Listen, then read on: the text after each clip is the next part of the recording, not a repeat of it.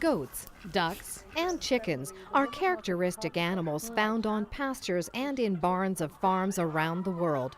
Now the Dorking here is one of the old English dual-purpose breeds. They were famous for their breast meat. This is a laying breed from Spain called Minorca.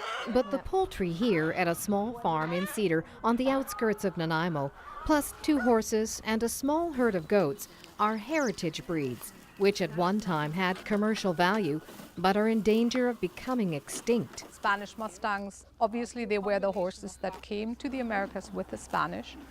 They're the horses from which all of our stock horses derive. You know, all our quarter horses, all our Morgans, our Paints, all of them came from Spanish horses. Modern agriculture favors more efficient breeds, animals that grow quicker, give more milk, meat, or eggs than the old traditional breeds. All over the world, the gene pool for our livestock on which we depend for meat or milk or whatever is shrinking because of increasing focus on very highly bred industrial production animals. Not a lot of people know this, but practically every commercial chicken you can buy and every commercial egg you can buy, and that includes all the organic ones.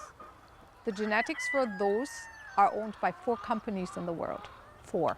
It makes us terribly, terribly dependent. A biologist by trade, Maria felt compelled to take on the role of conservator and along with her partner began the Quennell Lake Livestock Conservancy. I know how important it is to have genetic diversity, and it applies to our farming just as much as it applies to our wildlife. So yeah, you know, if I stop, it'll disappear. These are San Clemente Island goats. They originate as a feral herd from one of the islands off the California coast, where they were brought by Spanish settlers, who in turn got them from the Spanish Franciscan missionaries, who brought them with them to the Californias. Their global total population is about 600 at this time.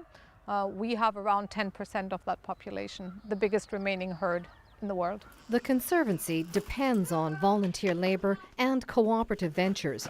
Nanaimo Loaves and Fishes brings expired produce and breads to the farm as feed for the animals. The majority of people don't get involved, again, because it costs money. It's like running a zoo or anything else. You know, you're not going to ever make money at this, not here. The farm does sell some meat and eggs, but it costs more to produce than Maria can charge.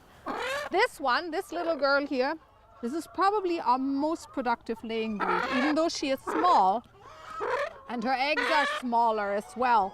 So if I was wanting to have some in my backyard, now that Nanaimo allows it, and I wanted just for the eggs so I could have a couple of fresh eggs every day, this is what I'd be going for? Yeah. Okay. Yeah, you'd go for a laying breed. If you look at it in terms of pounds of feed put in relation to pounds of eggs got out, the Lagenfelders probably win.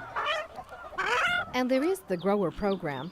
Hobby farmers or backyard growers buy a few chicks, raise them for their eggs or meat, and sells good brood stock back to the farm. What we really need to do is breed as many as we can. You know, our gene pool should be as big as we possibly can make it. To Maria and other conservators, it's more like a rescue mission for the health and welfare of generations to come. In Cedar, I'm Annette Lucas.